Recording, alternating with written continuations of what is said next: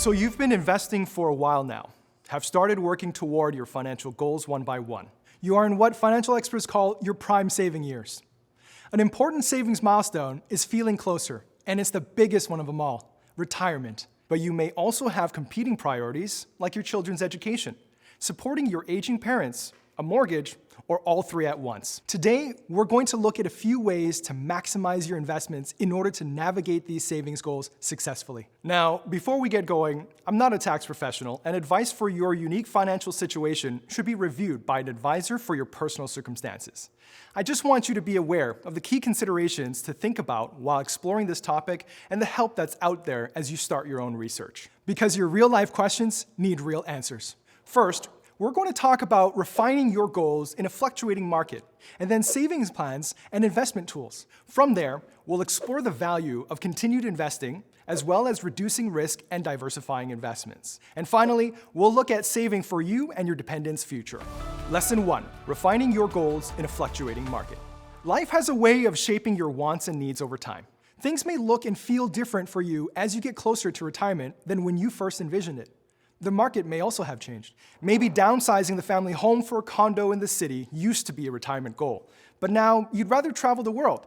Or maybe you want to take your passion to the next level and start a small business. Whatever your retirement goals are, it's important to check in on them regularly. Not only for your evolving wants and needs, but for market changes as well. In order to get clearer on what retirement will cost, you'll have to figure out how much annual income you'll need to live your best retired life. Remember that you'll likely have fewer expenses. Your house, car, and debt may be closer to being paid off, for example. Your children may be done post-secondary school or have moved out by then as well. There are also some tax credits for seniors that you may benefit from that will lower your taxable income. On the earning side, sure, you may no longer be working full-time, but that doesn't mean you won't have any income. There's the Old Age Security Pension, the Canada Pension Plan, employer pensions, part-time or gig employment, guaranteed income supplements, or any combination of these. And although market forecasts aren't able to see 20 years into the future, we can see that there will be higher interest rates and inflation in the short term at least. So make sure you include these in your projected budget. Once you have a clear idea of your retirement costs and sources of income, use a retirement calculator to get a sense of whether or not you are on track to meet those goals. Going over your goals and budget with an advisor can give you a realistic view on whether or not your vision lines up with your potential income. Lesson 2, saving plans and investment tools. By now, you may know of or even use a variety of savings plans, such as Registered Retirement Savings Plans, RRSPs, Registered Education Savings Plans, RESPs, Registered Disability Savings Plans, RDSPs, and Tax-Free Savings Accounts, TFSAs. These can all play a role in supporting your retirement goals. Most people looking to generate retirement income from their RRSPs convert the plan into a Registered Retirement Income Fund, or RIF. This can be done as early as your 55th birthday, and you are required to convert all your RRSPs by the end of the year you turn 71. Once the conversion is made, you must make minimum annual withdrawals that will be taxed as income.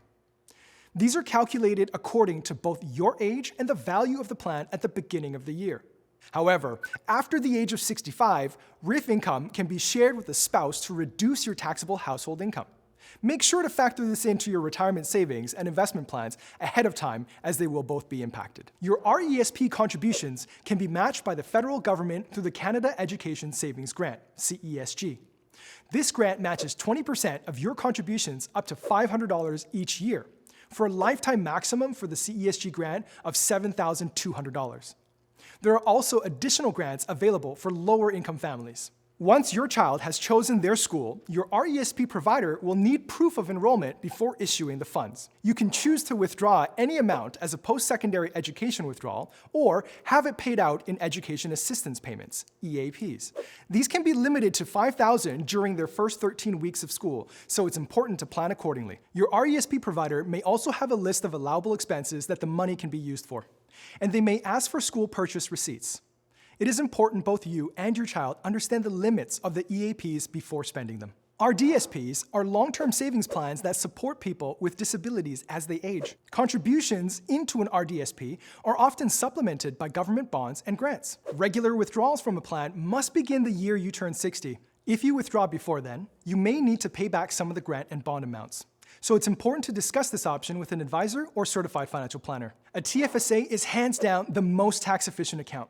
When set up to do so, it can be a great way to pass on assets without paying estate taxes and probate fees. Having your money accessible in a TFSA can be important for this time of your life, when financial priorities can start to layer on top of each other, aging parents, kids heading to university, retirement up ahead. A TFSA can provide that flexibility. Investment tools each have their own set of risks and benefits, but in general, they are guaranteed investment certificates, GICs, stocks, bonds, mutual funds, life insurance, and finally, exchange-traded funds, or ETFs. Money held in a savings plan may not be impacted by the ebb and flow of the market, but it's also not keeping pace with inflation.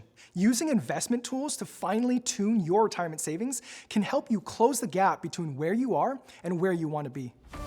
Lesson 3, the value of continued investing. Chances are, by now you've experienced how your investments climb and fall, but in general recover. Still, it can be tempting to want to cash out when you see the market take a downturn. There are two main reasons that resisting the urge to sell can earn you more on your investments in the long run, and they are compounding returns and time in the market. An investor who cashes out near the bottom of a downturn and reinvests after the market begins to recover misses out on the significant upswings that happen in those first days of market recovery. Missing these opportunities can result in a lower long-term return. Market timing is a strategy that assumes if you sell at the right time and buy at the right time, you can avoid a downturn completely. This may be true if you could predict the future, but because you can't, it's best to base those decisions on professional advice. An experienced investor will tell you it's time in the markets, not market timing. That is the key to successful investing.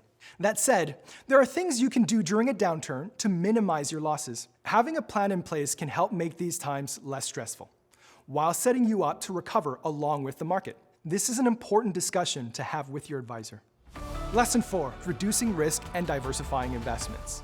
In a down market, there are two main strategies that can minimize loss: risk management and diversifying investments. By now, you may have a pretty good sense of your risk tolerance, but as we all know, life happens, and so that tolerance can change over time. Factors such as your investment time horizon, which is the time you have until you would ideally start to use some of your funds, cash requirements, which are what you need to cover your cost of living, and general stressors like job and housing market changes all play a role. Think about how each of these factors impact you and discuss your risk tolerance with your advisor. It is important not to let emotions make your financial decisions for you. The second strategy for minimizing loss during a down market is diversifying your investments. Having a percentage of your portfolio spread among stocks, bonds, and cash across different asset classes, countries, or industries is the essence of diversification. Consider drought-resistant plants that use this strategy, spreading out along the ground to maximize surface area to take advantage of every dewdrop it can. If one part of it dries up, another part will compensate, keeping it going until the next rain comes. Lesson 5, saving for you and your dependents' future. A common challenge of your prime savings years can be the competing priorities of paying for your children's education and/or your parents' care, while also needing to save for your retirement.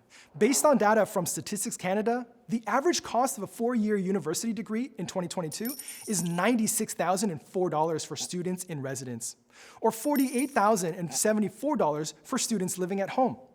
This is a nationwide average across all programs. Considering the $50,000 lifetime contribution limit of a registered education savings plan, or RESP, you will likely need to grow your savings in order to cover the costs.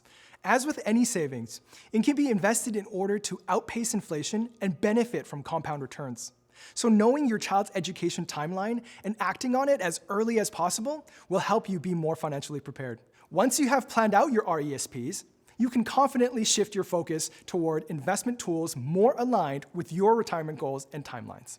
Parental caregiving depends on so many factors, but it really boils down to what their needs are and what your capacity is to meet them. Whether that looks like full-time assisted living or some occasional help with errands, it's important to know what the limits of their financial resources are so you can plan accordingly. Now, if you don't have a history of speaking openly about finances with your parents, this can be a challenging conversation. It can be helpful to speak with an advisor who can guide you towards asking the right questions. And remember, while setting up what this chapter looks like, make sure you include your own needs in the discussion. Similar to navigating your children's education, your own well-being is a crucial part of finding a healthy financial balance. So we've gone over refining your goals in a fluctuating market, optimizing savings plans and investment tools, the value of continued investing, reducing risk and diversifying investments, and finally, saving for you and your dependents' future. Staying engaged with your investments and your evolving needs will get you through the ups and downs that life and the market send your way. Don't be afraid to ask questions. We're here to help because your real-life questions need real answers.